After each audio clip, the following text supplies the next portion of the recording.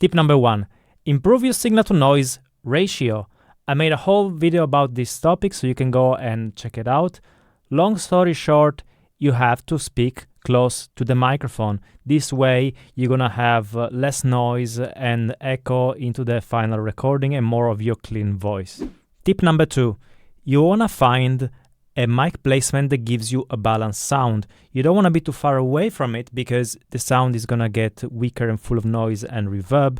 And you don't want to be on top of it completely because you're going to get exaggerated bass and the sound will not be natural. As well, a lot of mouth clicks and saliva would also get picked up by the microphone. Roughly speaking, positioning yourself 1 fist away from the microphone is a good starting point. But from there, you want to listen to the balance between the frequencies, the bass, the mids, and the highs. And you don't want your consonants to be too sharp like sibilant S's and things of that nature.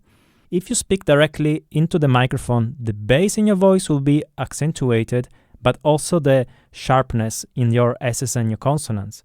You can hear it on me because I have a little bit of sibilance in my voice. If you position yourself at an angle, those consonants are less pronounced, which helps with the sibilant voice. Another placement that you can go for is from the top down, pointed between your nose and your top lip. This is something that you see in with voiceover actors, right?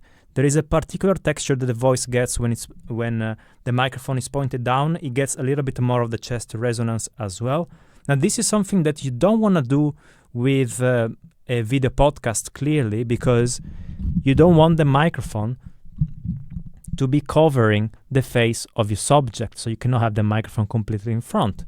But in an audio podcast, if you're doing some sort of narration, you clearly can.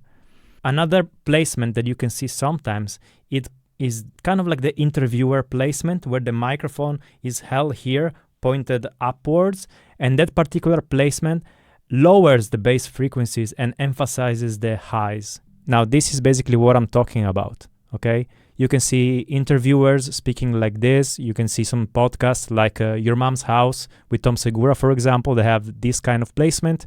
Again, the voice passes through, so you don't get a lot of pops, but at the same time, I don't find this to be very forgiving with sibilance, and if you have some sharpness in your voice, you might want to be avoiding this.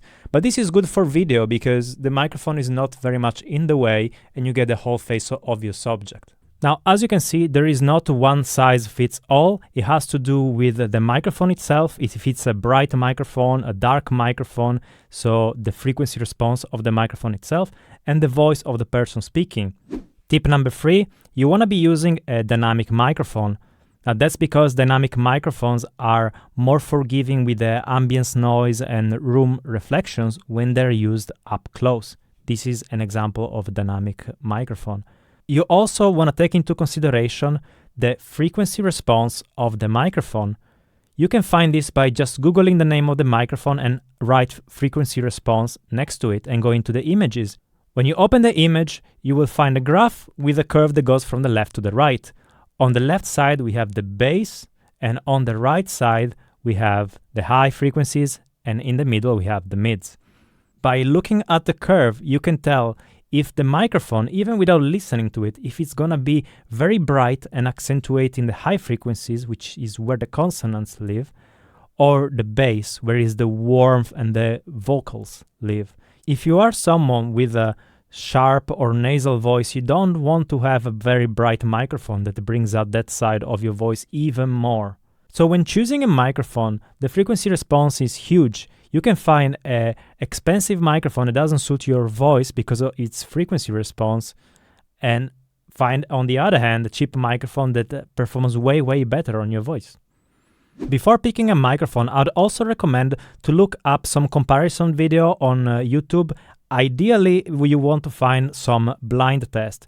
Those are videos where you have mystery microphone number 1, number 2, number 3 without any images, and you just listen to it, recorded at the same volume, and you have to pick which one you think is the best. This can get rid of any kind of marketing bias that you might have towards a microphone that maybe you desire, and just purely decide with your ears. If you enjoyed this, like, subscribe, say hi in the comments, and I'll see you next time.